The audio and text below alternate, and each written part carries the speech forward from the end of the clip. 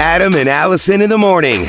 You almost made your kid accidentally drink. How'd you do that? I run into the gas station, and my son likes, that, like Arnold Palmer, the half and half. Lemonade, half and half tea. I saw this one, I was like, oh, this is pretty cool. And it said hard, and I was like, okay, I guess it means it's strong. Yeah. So I grab it, and I hand it to my son. He's 12 now. And he goes, Mom, why does it say hard? I said, because it's strong. My husband goes, wait a minute, what is that? He grabs it, he goes, this is alcohol.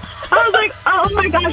Do we have naked neighbors in the Adam and Allison family? And sure enough, we do. Got a text from Liz, and now Liz is on the phone. I was cooking, and grease started popping, and it got on my shirt. And so I just, in the middle of cooking, I took my shirt off, and I flung it on the floor. And about that time, my brother-in-law pulls up, and he's trying to walk in the house, and I'm like, whoa, I'm naked! Are you videotaping this? Yes, I am. All right. Adam is now laid across the table. Not very well. Legs completely hanging off the table. He was able to grab his microphone, though, and it looks like he's going to be able to hit the button. I did it! I did it from all the way over here.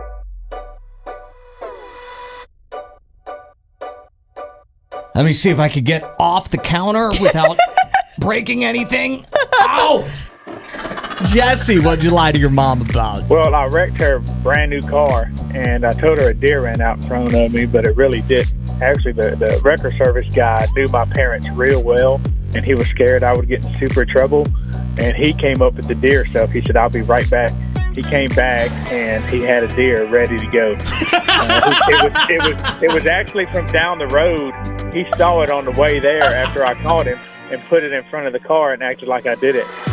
My license is in there. Don't love that. My social security card is gone forever. They say that you should never have your social security card in your wallet. Hindsight 2020, what am I supposed to do? Have a panic attack? I don't know. What would you tell this Olivia on the DN Dilemma? With it being retail, it's not going to be your traditional 9 to 5. It's always time open to be able to spend some time to really figure out, where do I want to work? Is this the right company for me? Yeah. And then also, she's still young. That means if she wants to go out and maybe party a little bit, that kind of gives her the room to really enjoy her 20s. Olivia, you sound like I had no idea how fun you were, and you've been calling for years now. Allison put lyrics to a song into ChatGPT and asked it to explain the meaning, the mood, the feeling of the song to us like we are 5 years old. Next hints.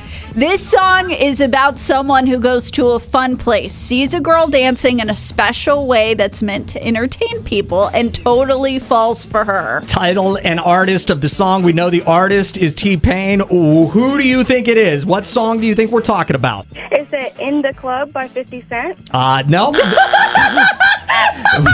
I'm going to take a spoonful of these frozen peas. Going down the hatch, chewing them up. You don't look happy about that. It's like horrible Dippin' Dots.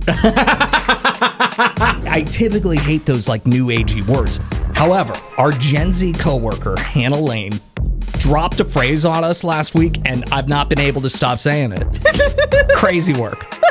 She said something, that's crazy work. And I was like, that is the greatest phrase ever. I wish we could talk about exes on a first date, because I'm messy like that. I want to know why did your past relationships end? What do you think about your exes? Because I feel like it says a lot about you if you're oh, they're all crazy. I don't want to be the next crazy ex, so we could end the date right there. Okay. Nika, thank you so much for calling. 601-995-1017. What do you think? If you're still thinking about that other person that you were previously in a relationship with, then you don't need to jump into a new relationship, because then, like you said, you're going to be comparing that person, and that's not fair to the other person at all, because I'm trying to give you my all. If you're so focused on that old person, you might need to be with that old person.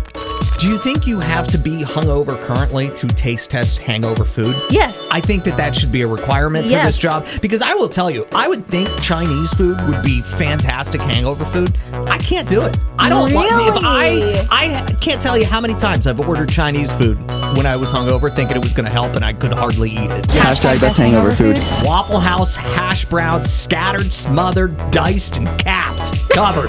Can't forget the cheese. Hashtag best hangover food. I love how specific it gets, with Cassie. McDonald's quarter pounder with cheese dipped in their barbecue sauce. Hashtag best hangover food.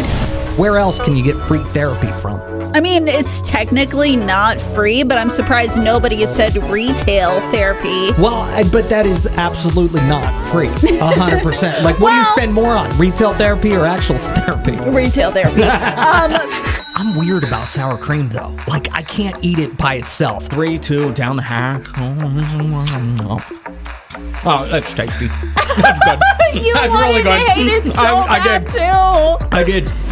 She says all you need to say if she says notice anything different about me is I like booty cheeks. No, just kidding. The Ozempic works by blocking dopamine receptors or something. It's rare that I learn something like that from you, but this is the first time that I'm hearing this, that it's blocking dopamine receptors. Legitimately do not know if that is Okay, I was gonna say. Really wish you wouldn't have pointed it out. It would make sense though. Like whenever you were saying it, I was like, wow, that makes a lot of sense. I wonder why more people aren't talking about this. And I was because also, it's probably not true. It's probably a blatant lie. It's probably something I just made up to sound smart. Darn it.